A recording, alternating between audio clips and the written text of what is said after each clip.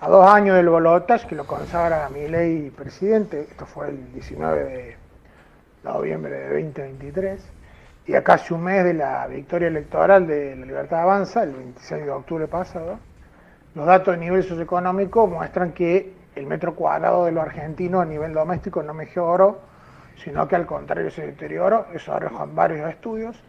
Por un lado, la consultora Casa 3 cruzó datos de su encuesta propia con la encuesta permanente de hogares del INDEC, que mide el ingreso, que le dio que el 26% de los argentinos se autopercibe de clase media, pero cuando vos ves ingresos, en realidad el 14% reúne los ingresos necesarios para ser clase media. O sea, hay más gente que se cree de clase media de la gente que realmente es clase media. O sea que hay un descalce entre la autopercepción de los argentinos y lo que realmente son en términos de ingresos.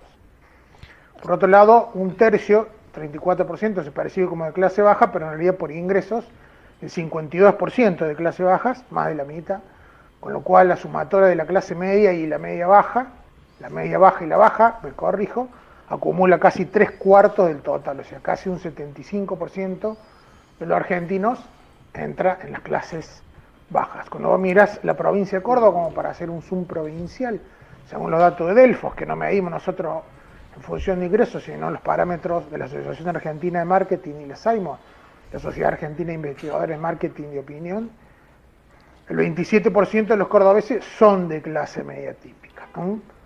Pero cuando vos comparas eso con las tendencias o con los parámetros de octubre de 2023, antes del cambio de gobierno que se dio con la asunción de Milei en diciembre de ese año, el acumulado de las clases baja, inferior y marginal creció 2 puntos y se achicó la clase media típica y baja superior, lo cual te confirma que en estos 2 años de Milei lo que ha habido es deterioro y movilidad social descendente en vez de ascendente. Se ha achicado la clase media en lugar de expandirse.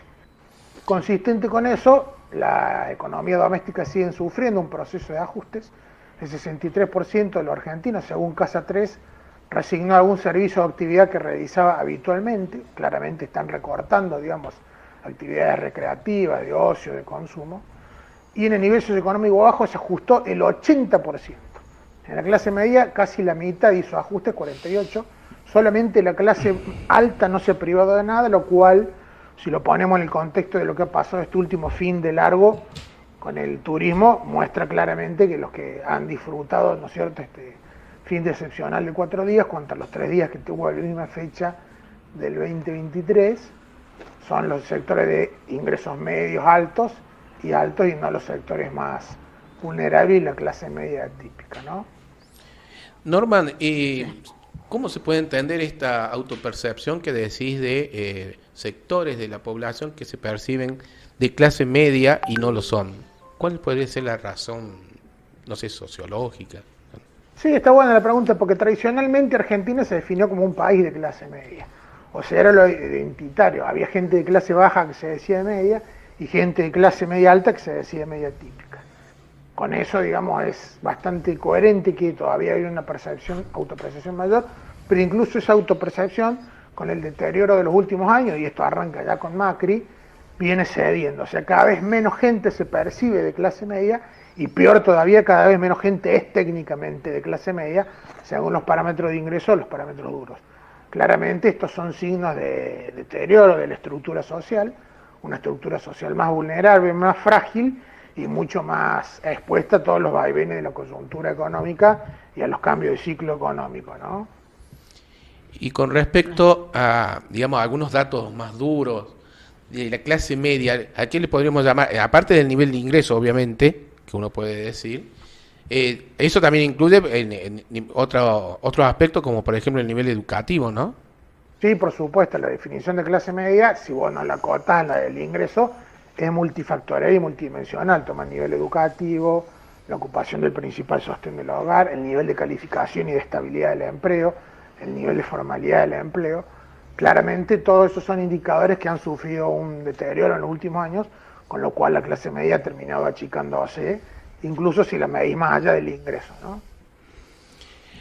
Puede ser que se haya deteriorado más, digamos, no solamente lo identitario, sino los aspectos, digamos, más, ¿cómo podríamos decirle? Los los aspectos más concretos, más materiales, por ejemplo en Córdoba, que es una provincia, y particularmente Córdoba capital, que es una, digamos, es muy industrial. Efectivamente, incluso te diría que en Córdoba probablemente, por las características diversificadas de la economía, ese deterioro ha sido más amortiguado que en otras provincias, ¿no? Estoy pensando en provincias más vulnerables, más dependientes del empleo público, de la ayuda de la nación. Vos tenés que pensar que desde que asumió Milei, las ayudas nacionales a las provincias bajaron en muchos ítems, transporte, educación, con lo cual seguramente, si lo medimos en esas provincias, el deterioro debe ser todavía mayor del que se ve en Córdoba, ¿no? Claro. ¿Es normal que baje las clases medias y crezcan las clases bajas con gobiernos que no son nacionalistas? Efectivamente, todos los gobiernos en los cuales hay procesos de recorte y ajuste económico y caída de la actividad, como fue en el año 2024, muy notoria, caen, digamos, los niveles socioeconómicos. Hay que ver qué pasa este año porque hay datos muy cruzados, algunos sectores crecen con respecto a los muy malos datos del 2024, otros sectores se estancan y otros sectores profundizan la caída, con lo cual el balance final del 2025 probablemente lo vamos a ver entre febrero y enero del 2026, cuando el INDEC termina de procesar los datos más duros de sus encuestas, ¿no? Pero probablemente veamos una economía que rebote un poco con respecto a 2024, pero menos de lo esperado, y con un arrastre cero o casi nulo con respecto a 2026, lo cual es preocupante. ¿Por qué? Porque el gobierno está propiciando una reforma laboral y es muy difícil que una economía que cae o que se estanca cree demanda de trabajo. Al contrario, en estos 2 años de gestión Milei ha caído la cantidad de asalariados y ha caído también la cantidad de empresas, lo cual es consistente con estas señales de deterioro que venimos marcando, ¿no? Y ese deterioro económico también tiene su correlato en lo cultural, en el consumo cultural, en esto de destruir clases medias. Mi pareja es maestra y me decía que era tan notable como cuando había, por ejemplo, ahí en Santa Isabel, que estaba la Renault laburando a full, los alumnos, esos alumnos que iban a la escuela en ese momento tenían un acervo cultural así de haber conocido mínimamente el centro, mínimamente un cine, un circo, algunas cosas, y que ahora en estos momentos de retracción económica te encontrás que los chicos no conocen absolutamente nada de la realidad. Los consumos culturales directamente han desaparecido, y eso tiene también que ver con la identidad y con la realidad como clase media, no solo basado en lo económico. Sí, totalmente de acuerdo, y en ese sentido lo que estamos viendo es un impacto fuerte de la coyuntura en todo lo que es el metro cuadrado y los parámetros socioeconómicos. Vos fíjate que según la última encuesta nacional de Esplanans, ellos preguntaron cómo es el impacto de las medidas de Milei en el bolsillo. Casi el 50%, 48%, dijo que estaba peor que antes. Un 24% decía que no cambió, y apenas el 28,3% dijo que estaba mejor. Si vos pensás que Milei sacó en 2023 en la PASO y en las primarias 30% de los votos, claramente ese 28,3% es un núcleo duro, pero casi la mitad te dice que está peor.